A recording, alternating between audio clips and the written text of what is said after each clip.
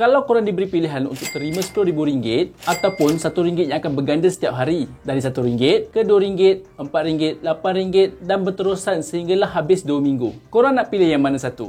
Kebanyakan orang akan pilih RM10,000 sekaligus. Tapi ramai tak sedar yang dalam 2 minggu, RM1 itu akan berganda menjadi RM16,000.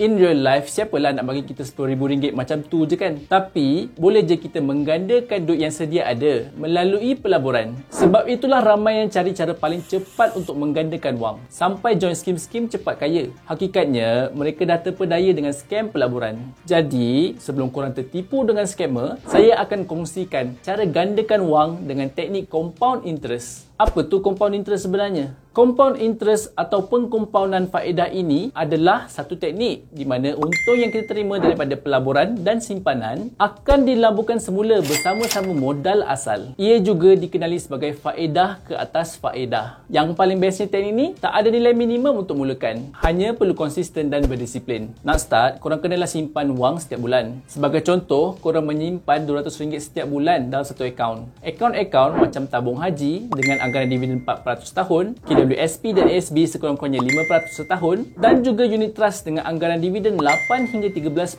setahun. Sangat sesuai digunakan sebagai akaun untuk compound interest. Nak kira keuntungan, boleh guna simple compound calculator. Contohnya, akaun korang guna dapat faedah 5% setahun. Korang simpan RM200 setiap bulan secara konsisten selama 10 tahun. Anggaran duit simpanan dah mencecah RM31,000, di mana RM24,000 adalah daripada usaha korang menyimpan dan RM7,000 adalah keuntungan korang dapat daripada faedah. Banyak kan? Bila rasa simpanan dah banyak, bolehlah guna sebahagian daripada simpanan tu untuk melabur. Teknik compound interest ni pun boleh gunakan untuk pelaburan. Banyak platform pelaburan yang memang dah guna konsep ni. Jadi, tak perlu fikir banyak-banyak. Letak duit setiap bulan dan lupakan sehinggalah capai maklumat kewangan yang korang dah tetapkan. Saya dah sebut tadi beberapa platform seperti tabung haji, KWSP dan ASB. Platform-platform ni boleh dianggap sebagai pelaburan low risk dan memberi pulangan secara tahunan. Bagi pelaburan risiko sederhana pula, bolehlah invest di robo-advisor macam Stash Away Simple yang memberi pulangan secara bulanan, ataupun unit trust di mana korang boleh pilih nak dapat pulangan secara bulanan ataupun tahunan. Kalau sanggup melabur risiko tinggi,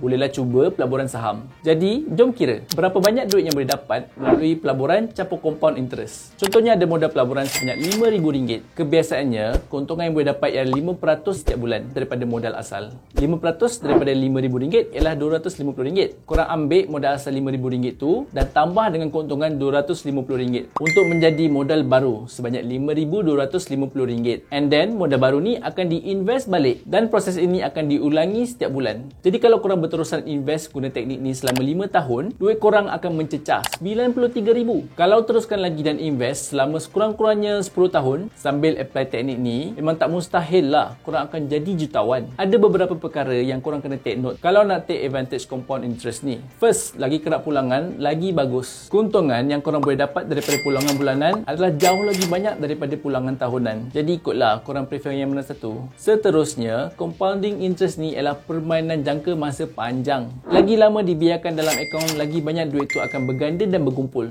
Jadi, tahap kesabaran pun kenalah berganda sekali. Yang ketiga, korang perlulah berkorban sekarang untuk keselesaan pada masa depan. Nak maximize compounding, korang kenalah menyimpan sebanyak mungkin sekarang juga. Kalau mampu bertahan, keuntungan yang korang akan dapat pada masa depan memang sangat berbaloi. Jadi korang nampakkan kuasa compound interest. Kalau nak guna teknik ni, kenalah konsisten top up duit ke dalam akaun dan disiplinkan diri untuk jangan guna langsung keuntungan yang diterima. Kalau setiap 2-3 bulan korang cash out duit tu, jauhnya makin jauh lah impian nak jadi jutawan. Itu saja perkongsian saya pada hari ini. Kalau ada apa-apa persoalan tentang compound interest ataupun tips simpan duit, bolehlah korang komen di bawah. Jangan lupa subscribe ke YouTube channel Direct Lending, pakar pinjaman anda untuk info pinjaman dan tips kewangan yang santai.